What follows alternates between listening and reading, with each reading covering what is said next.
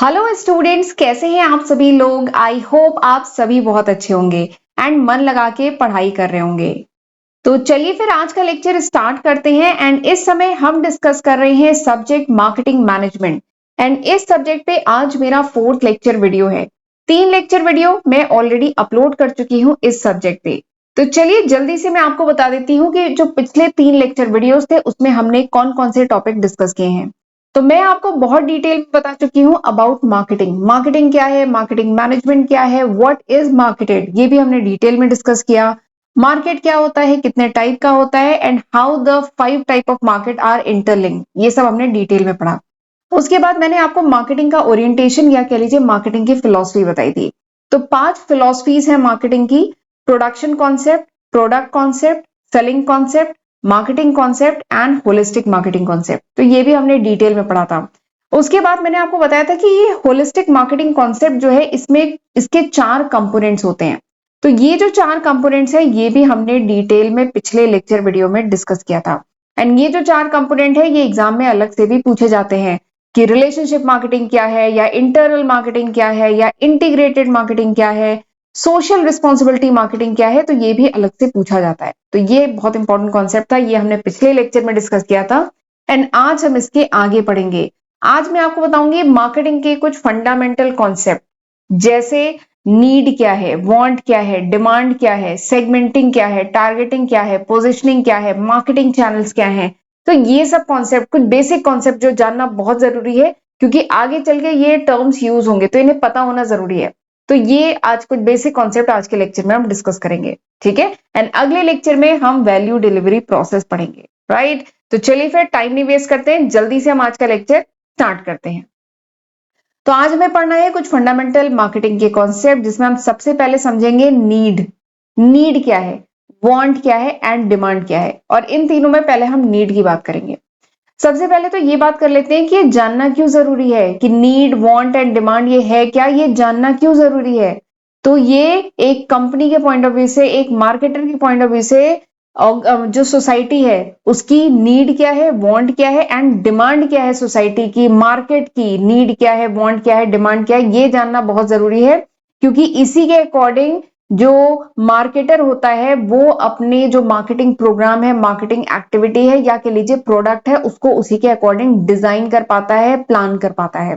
तो इसलिए मार्केटर के लिए बहुत जरूरी है कि अपना जो टारगेट मार्केट है उसकी नीड क्या है, यानी जरूरत क्या है। वांट मतलब चाहना, मतलब वांट का हिंदी मतलब होता है चाहना, कि मार्केट चाहता क्या है, एंड डिमांड मतलब उसकी मांग क्या है।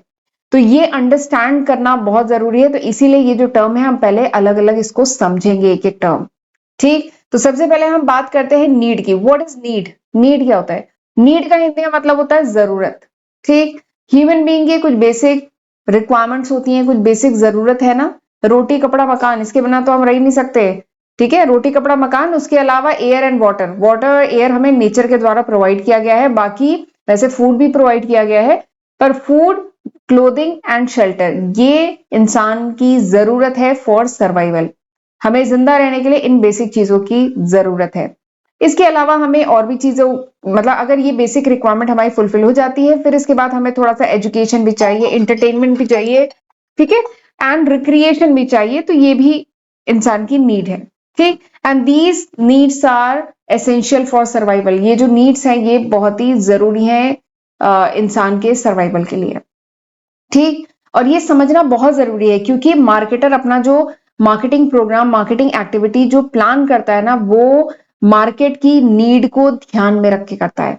हमने लास्ट लेक्चर में पढ़ा था ना 4 P's of marketing: product, price, place, promotion. तो आपका जो प्रोडक्ट है वो मार्केट की नीड है कि वांट है, किस टाइप का है, इसके according product, price, place, promotion design किया जाता है।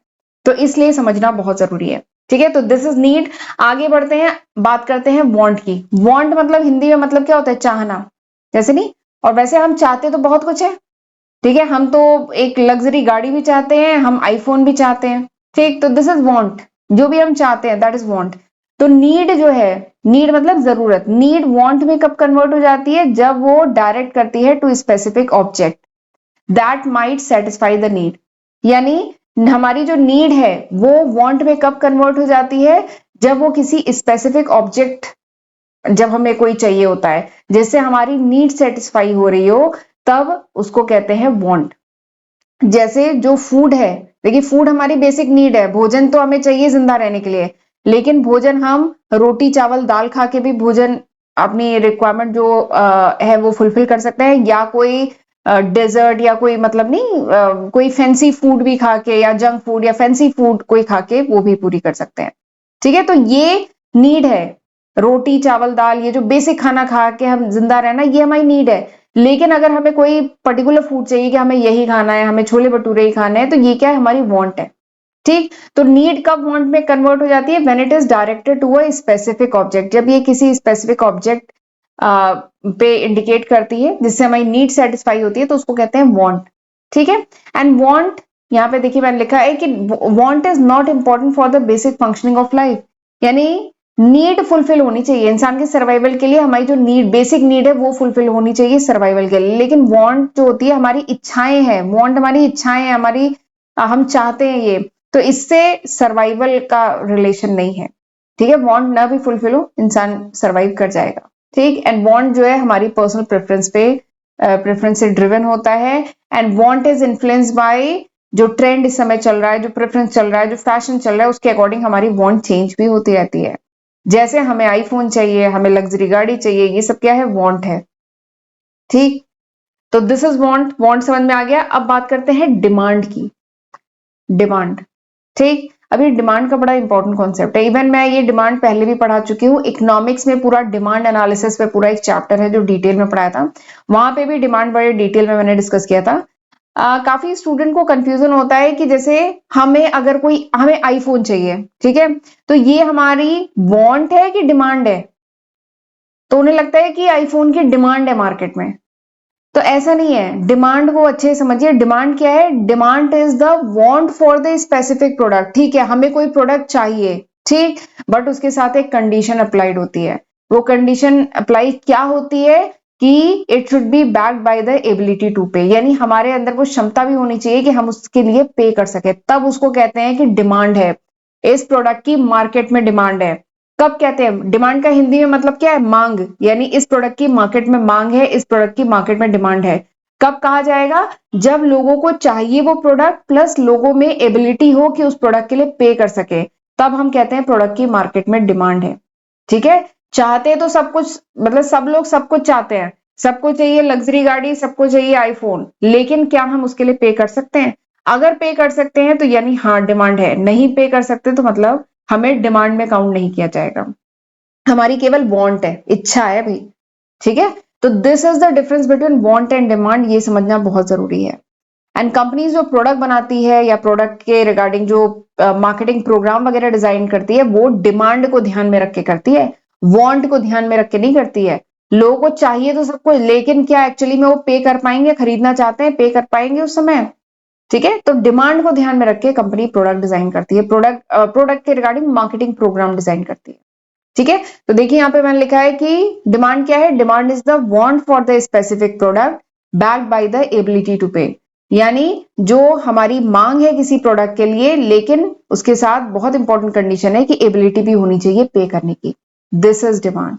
ठीक, अब अगला एक टर्म आता है मार्केट डिमांड। मार्केट डिमांड क्या होता है, देखिए कंपनी कोई भी प्रोडक्ट लॉन्च करती है उससे पहले थोड़ा सा मार्केट, जैसे नैनो आई थी, एग्जांपल लेते हैं, नैनो आई थी मार्केट में, तो ऐसी ही नैनो लॉन्च हो गई थी क्या? नहीं, उससे पहले मार्केट सर्वे हुआ, रिसर्च हुई, उसमें पाया गया कि जो मिडिल क्लास है, जो लोअर मिडिल क्लास है, उसको एक ऐसा फोर व्हीलर चाहिए, ठीक है, जिसमें मतलब फोर व्हीलर हो, क्लोज गाड़ी हो, कार की तरह हो, लेकिन इकोनॉमिकल हो, मतलब 1 लाख 1.5 लाख तक के रेंज में, मतलब बाइक से थोड़ा सा हायर, जैसे बाइक भी आजकल मतलब 50,000 75,000 80,000 लाख रुपए की आती है, तो बाइक से थोड़ा सा ज्यादा पे कर सकते हैं, लेकिन वो फोर व्हीलर हो। तो पहले सर्वे किया गया, देखा गया मार्केट में डिमांड कितनी है, ठीक है, फिर उसके बाद प्रोडक्ट लॉन्च हुआ ना, तो इसलिए मार्केट डिमांड, कंपनी सबसे पहले मार्केट डिमांड एनालाइज करती है कि मार्केट में कितनी डिमांड है उस प्रोडक्ट की, तब प्रोडक्ट उसके अकॉर्डिंग बनाया जाता है। ठीक है, तो मार्केट डिमांड इसलिए समझना बहुत जरूरी है। तो मार्केट डिमांड क्या है, टोटल क्वांटिटी ऑफ प्रोडक्ट या service that consumers are willing and able to purchase, at a given price and time, यानी एक पर्टिकुलर प्राइस पे उस पर्टिकुलर टाइम पे कितने कस्टमर, ठीक है, जो कस्टमर है कितने quantity of goods and service willing है खरीदने के लिए एंड एबल है, कितने मतलब जो कस्टमर है वो कितने quantity of goods and service willing है यानी इच्छा है उनकी एंड एबल है खरीदने के लिए किसी eight a given time and price, इसी को कहा जाता है मार्केट डिमांड। ठीक है, ये पूरे मार्केट की डिमांड है, राइट। जैसे एग्जाम्पल जो मैं पहले भी मैंने डिस्कस किया, बहुत सारे लोगों को लग्जरी गाड़ी चाहिए, लग्जरी अपार्टमेंट चाहिए, आईफोन चाहिए, लेकिन सबको चाहिए तो, लेकिन only few is willing and able to buy one, लेकिन उसमें से कुछ ही लोग हैं जो विलिंग हैं एंड जिनमें वो क्षमता है कि वो खरीद सके। ठीक, तो डिमांड मतलब क्षमता, एबिलिटी टू पे, ये भी होना चाहिए, केवल इच्छा से काम नहीं चलेगा। ठीक है, देखिए मैंने लिखा है company must measure not only how many people want their product but also would actually be willing and able to buy it. जो मैंने अभी बात कही कि कंपनी केवल वांट नहीं देखती है, कितने लोग विलिंग है एंड एबल है उस प्रोडक्ट को खरीदने में, एंड उसी के अकॉर्डिंग कंपनी अपना जो प्रोडक्ट प्राइस प्लेस प्रमोशन है उसी के अकॉर्डिंग डिजाइन करती है। तो इसीलिए ये तीनों कॉन्सेप्ट बहुत इंपॉर्टेंट है और इसे समझना बहुत जरूरी है, और डिमांड स्पेशली ये जो है this is very important concept. ठीक, चलिए आगे बढ़ते हैं। तो यहां तक समझ में आया, आगे बढ़ते हैं। अब हम बात करते हैं एसटीपी। वैसे आगे चल के एसटीपी पे सेपरेट चैप्टर है, अलग से पूरा एक चैप्टर पढ़ेंगे, बट अभी मैं केवल एक इंट्रोडक्शन दे रही हूं कि एसटीपी है क्या। एस मतलब सेगमेंटेशन, टी मतलब टारगेटिंग या टारगेट मार्केट कह लीजिए, पी मतलब पोजिशनिंग। तो इसको कहा जाता है सेगमेंटिंग, टारगेटिंग, पोजिशनिंग।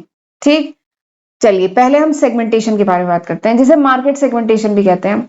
तो मार्केट सेगमेंटेशन क्या कहता है कि देखिए किसी भी कंपनी के लिए बहुत मुश्किल है कि वो मार्केट में हर कस्टमर को सेटिस्फाई कर ले।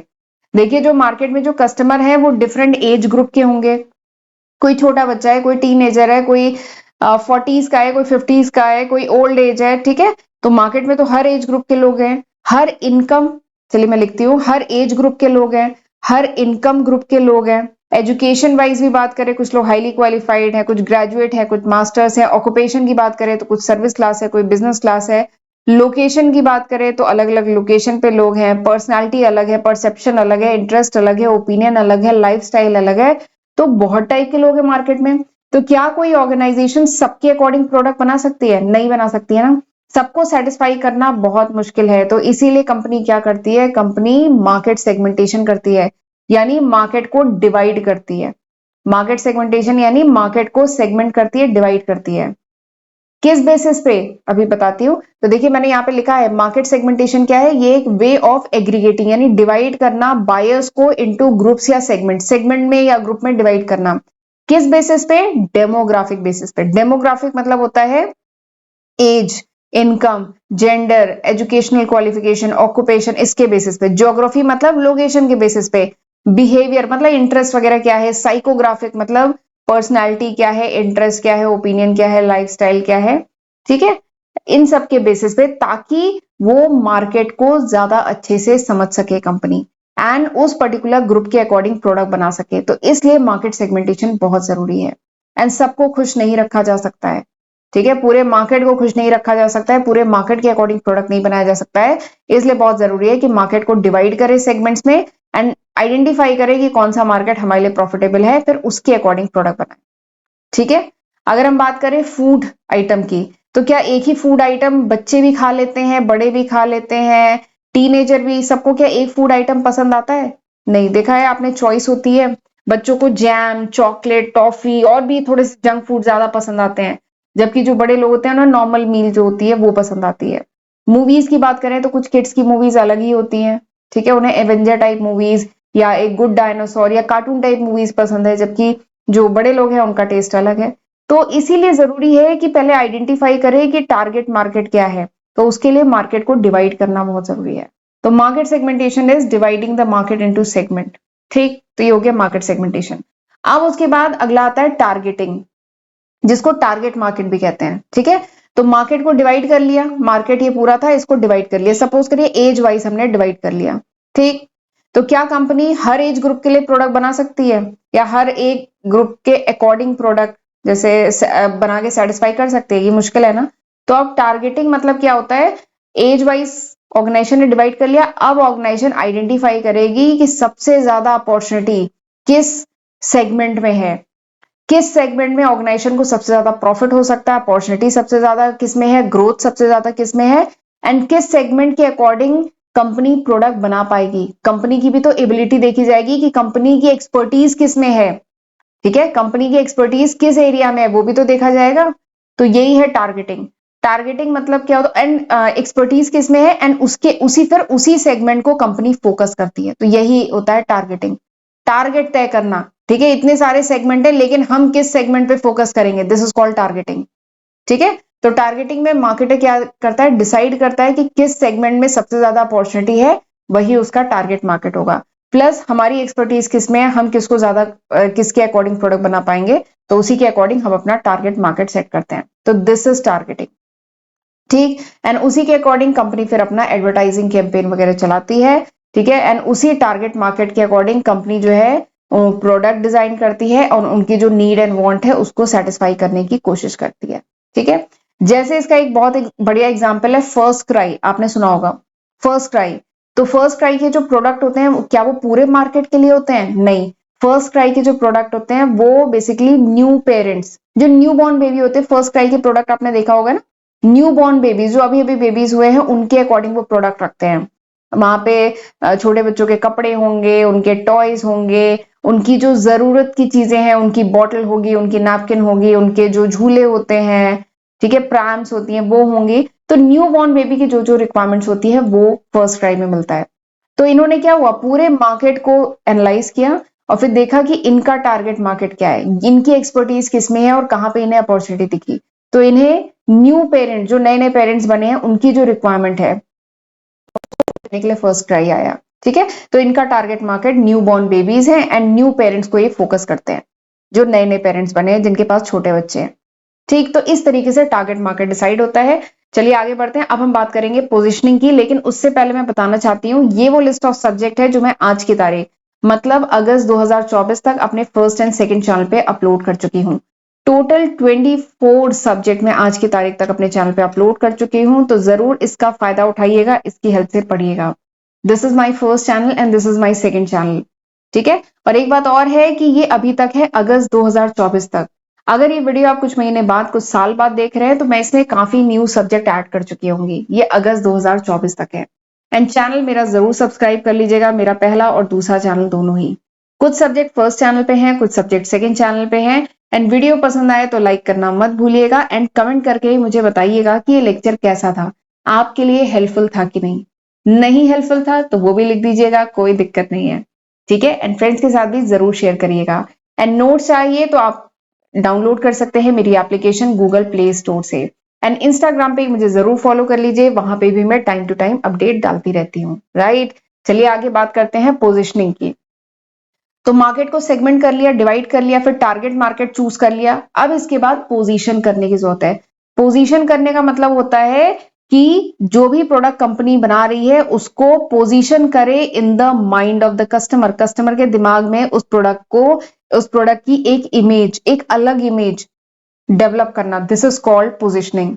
तो पोजिशनिंग देखिए मैंने लिखा है कि the offering is position in the mind of the target buyer as delivering some central benefit, यानी जो भी प्रोडक्ट कंपनी बना रही है उसको जो है कस्टमर के माइंड में उसकी एक छाप छोड़ना, उसकी एक अलग इमेज बनाना, उस प्रोडक्ट के रिगार्डिंग एक पॉजिटिव इमेज बनाना कस्टमर के माइंड में, इसी को कहा जाता है पोजिशनिंग।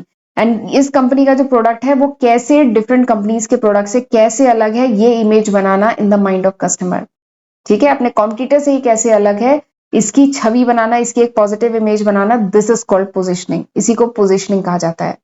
जैसे एग्जांपल के लिए जो स्कॉर्पियो आई थी टाटा की, सॉरी महिंद्रा की, महिंद्रा एंड महिंद्रा की जो स्कॉर्पियो आई थी 2002 में, जो एसयूवी आई थी, तो उसको किस टाइप के व्हीकल के रूप में लॉन्च किया गया था, जो एसयूवी थी, स्पोर्ट्स यूटिलिटी व्हीकल थी। तो जो लोग थोड़े से जो प्रिफर करते हैं स्टर्डी व्हीकल, यानी रफ एंड टफ टाइप, जो नहीं मजबूत व्हीकल प्रिफर करते हैं along with luxury and comfort, तो इस तरीके की इमेज लेके इस टाइप की पोजिशनिंग की गई थी स्कॉर्पियो की जो एसयूवी आई थी इन the mind of target customer. Target customer के माइंड में इस तरीके की इसकी इमेज रखी गई थी कि एक स्टर्डी व्हीकल है, एसयूवी है and along with luxury and comfort.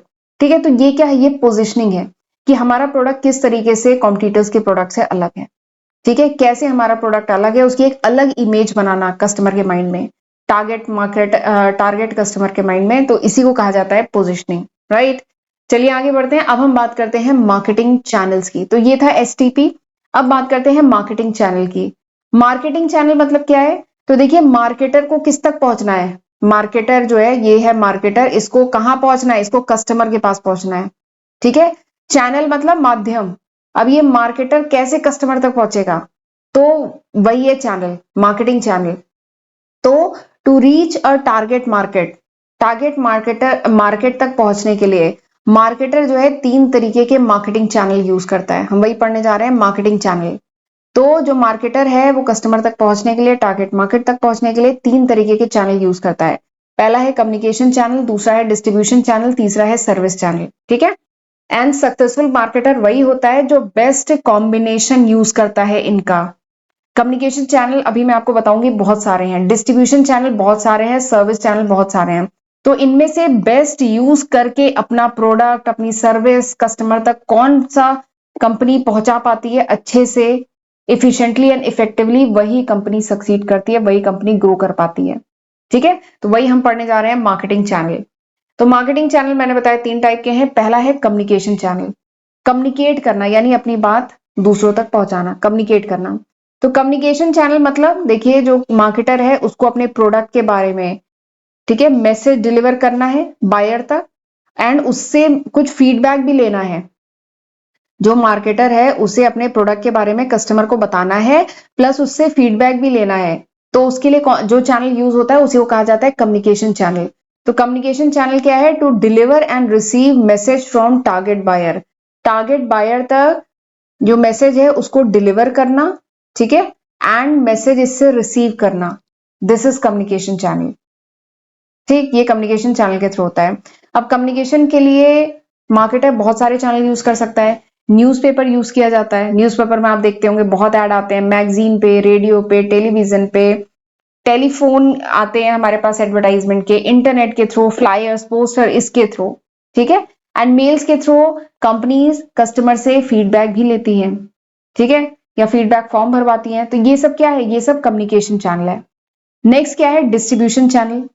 तो डिस्ट्रीब्यूशन मतलब डिस्ट्रीब्यूट करना है, प्रोडक्ट बना लिया, कस्टमर को बता दिया, अब डिस्ट्रीब्यूट भी तो करना है, यानी डिस्प्ले करना है, प्रोडक्ट को डिस्प्ले करना है, सेल करना है, डिलीवर करना है physical product and services to customer या बायर को। तो उसके लिए क्या यूज होता है, डिस्ट्रीब्यूशन चैनल।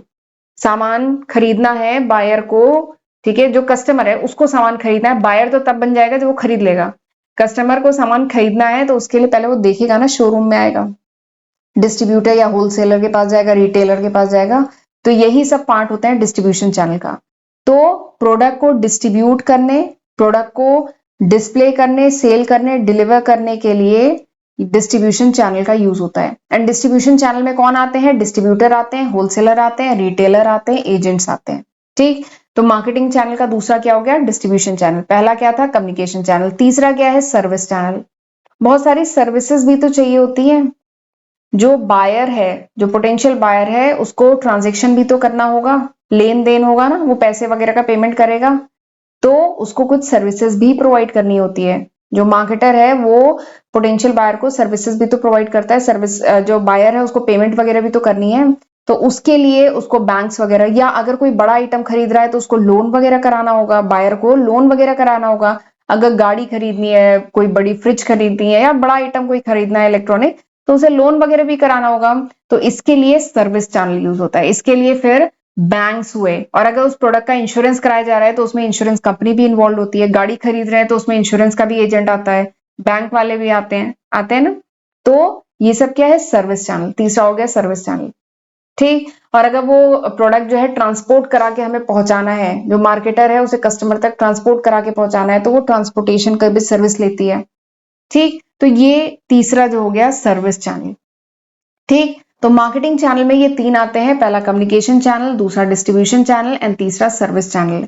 और आगे के लेक्चर्स में हम इन एक एक चैनल के बारे में डिटेल में पढ़ेंगे, ये पूरा एक चैप्टर है मार्केटिंग चैनल का। ठीक है, तो चलिए फिर आज का लेक्चर मैं यहीं पे वाइंड अप करती हूँ। तो यानी आज हमने क्या पढ़ा? आज हमने पढ़ा need, want, demand, segmenting, targeting, positioning and marketing channel, जिसमें 3 चैनल आते हैं। कौन कौन से? Communication channel, distribution channel and service channel. ठीक है, अगले टर्न पे अब हम पढ़ेंगे वैल्यू डिलीवरी प्रोसेस, राइट। तो जितना मैंने पढ़ाया है उतना तब तक पढ़ के रखिएगा, एंड अब हम मिलेंगे अगले लेक्चर वीडियो में। तब तक अपना ध्यान रखिएगा। God bless you.